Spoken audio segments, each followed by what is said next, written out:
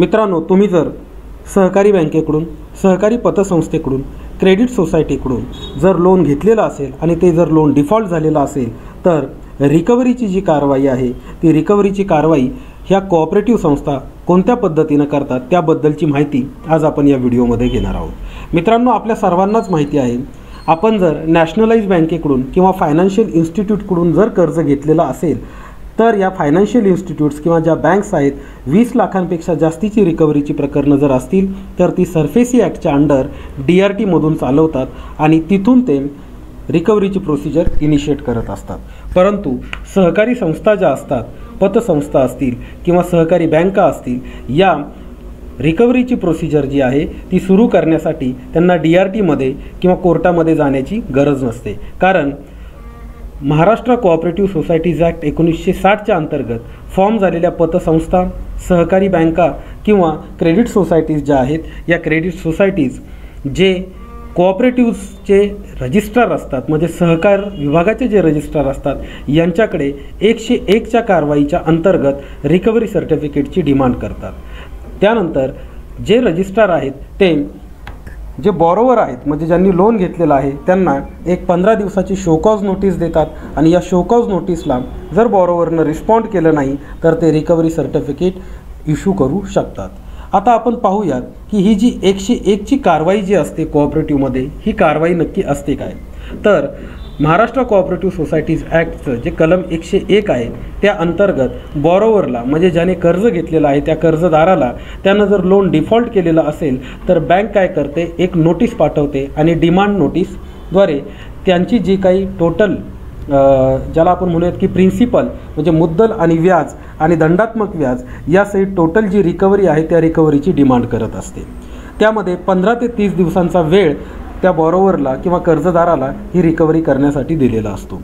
बॉरोवरने या 15 ते 30 दिवसांमध्ये जर रिकव्हरीची जी अमाऊंट आहे ती जर भरली नाही तर मग मात्र या कोऑपरेटिव्ह बँक्स ज्या असतात किंवा या पतसंस्था ज्या असतात त्या सहकार विभागाचे रजिस्ट्रार जे आहेत त्यांच्यापुढे रिकव्हरी सर्टिफिकेटसाठी अर्ज करत असतात।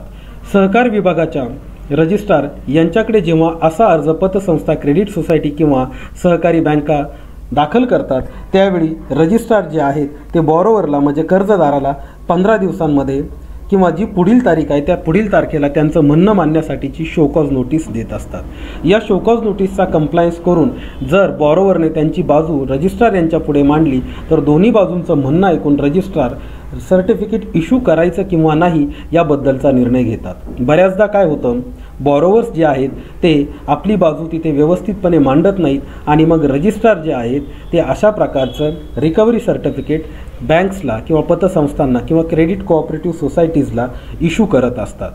हे रिकव्हरी सर्टिफिकेट इश्यू झाल्याच्या नंतर या रिकव्हरी सर्टिफिकेटला सिव्हिल कोर्टच्या डिक्रीचा दर्जा असतो आणि मग हे रिकव्हरी सर्टिफिकेटची जी अंमलबजावणी आहे म्हणजे एक्झिक्युशन ज्याला आपण म्हणतो, जसं दरखास्तीचं एक्झिक्युशन असतं सिव्हिल कोर्टमध्ये, त्या पद्धतीनं या रिकव्हरी सर्टिफिकेटचं एक्झिक्युशन करण्याचे पॉवर्स ज्या असतात त्या जिल्हाधिकाऱ्यांना असतात। म्हणजे जिल्हाधिकाऱ्यांनी आपले जे राईट्स डेलिगेट केलेले असतात त्या सबसिक्वेंट लेवलला असणाऱ्या तहसीलदारांना असतात आणि मग तहसीलदारांच्या मार्फत या रिकव्हरी सर्टिफिकेटची जी एक्झिक्युशन आहे ती करण्यात येते।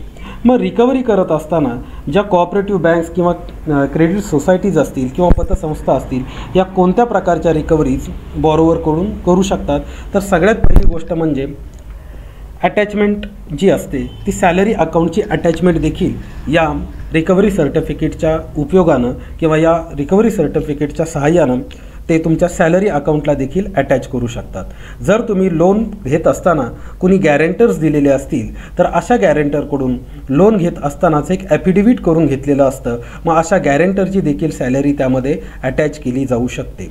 जर तुम्ही सॅलराईड नसाल आणि गॅरेंटरही सॅलराईड नसतील तर तुमचे जे मुव्हेबल ॲसेट्स असतील ते मुव्हेबल ॲसेट्स देखील अटॅच करून घेण्याच्या पॉवर्स या डिक्रीमुळे पतसंस्थांना, सहकारी बँकांना आणि क्रेडिट सोसायटीजला प्राप्त झालेले असतात। जर तुमचा एखादा ॲसेट जो आहे तो इमूव्हेबल ॲसेट म्हणजे स्थावर मालमत्ता असेल तर अशा स्थावर मालमत्तेला देखील जप्त करण्याचे आणि जप्ती केल्याच्या नंतर त्याचे ऑक्शन करण्याचे जे अधिकार आहेत ते या रिकव्हरी सर्टिफिकेटमुळे या पतसंस्थांना आणि सहकारी बँकांना मिळू शकतात.